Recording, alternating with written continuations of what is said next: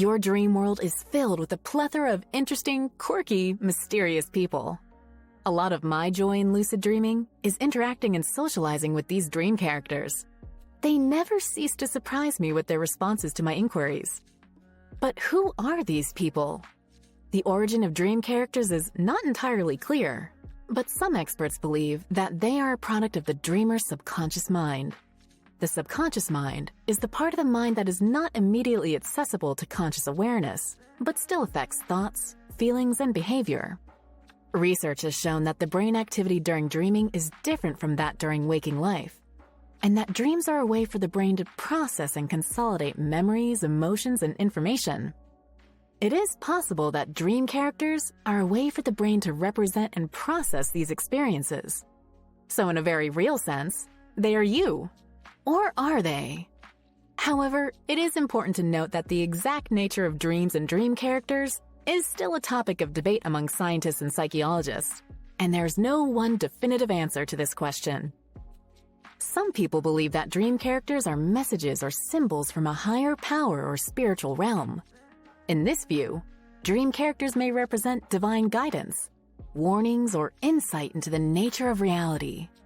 In many spiritual circles, it is believed that some of these characters could be beings from other spiritual realms, or even other humans who are also dreaming.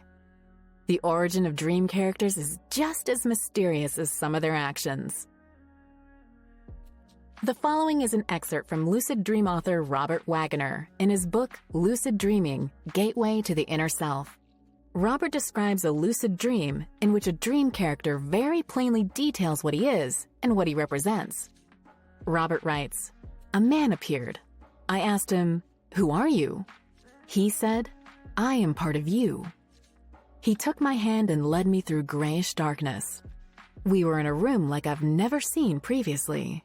Kind of old, like outdated. He said, 'I'm the part of you that stakes out territory in uncharted areas.' I laughed and said, 'Oh yes, I do stake out my territory, and nobody else better come to it.' He said, 'That's right, that's you.' He said, 'We are going to go over all parts of you.' Then I saw other people walking in, all different types of people. I looked around and said, 'I wonder where the teacher is.' I meant the teacher in me.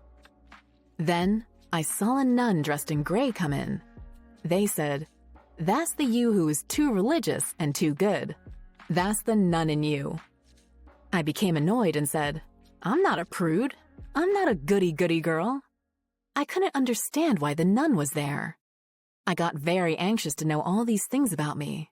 I asked, 'Why do I want to know all these things about me?' They said, 'Because then you can be a complete, single entity, a whole person.' I was delighted because I wanted to know all about myself, to be real. I wanted to correct what perhaps is wrong in my understanding of myself. I think Robert's dream characters illustrated this concept beautifully, and I thank Robert for being open enough to write this very personal interaction for all of us to see. You will find that dream characters show differing levels of what seems to be consciousness. When discussing the different levels, I'm not designating certain dream characters to be less important. I'm differentiating on their own awareness. Low-level dream characters show low levels of apparent awareness. I put awareness in quotes since dream characters, if they are parts of your own psyche, do not have their own independent consciousness. It only seems that way. Low-level characters will resist interaction with you or just ignore you outright. They seem to be on autopilot and operate like NPCs in a video game. They can be difficult to interact with and will give nonsensical answers to any questions you ask them. For example, I recently asked a dream character, "Where are we?" As they walked away from me, they answered in some garbled, unintelligible language that made no sense to me. When you look at these characters, they may appear unstable and morph into other characters. You may encounter some dream characters that, if you didn't know better, you could swear they were real people. They exhibit a high level of apparent awareness and will respond intelligently to you. They appear to have a mind of their own and have a certain light behind their eyes. You will feel as if a real person is staring back at you. The dream characters in Robert Wagner's example would qualify as high-level characters. These characters can answer your questions and even help you achieve your dream goals. They make the best adventure buddies and can even reappear in your normal, non-lucid dreams. There have been reports of dream characters having specialized knowledge, such as mathematics or language, that the dreamer was not consciously aware of in waking life. What are some of the best practices when interacting with dream characters? Ask them for help. Interview them. Go on adventures. They can be your friends in this dream world.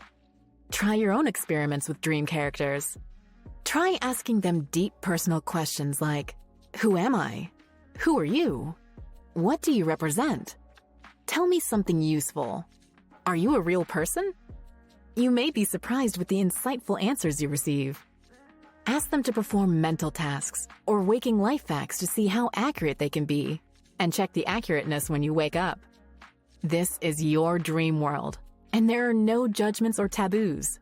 But if you ask me, I recommend you treat your dream characters kindly, especially the high-level ones, because at the end of the day, they are you.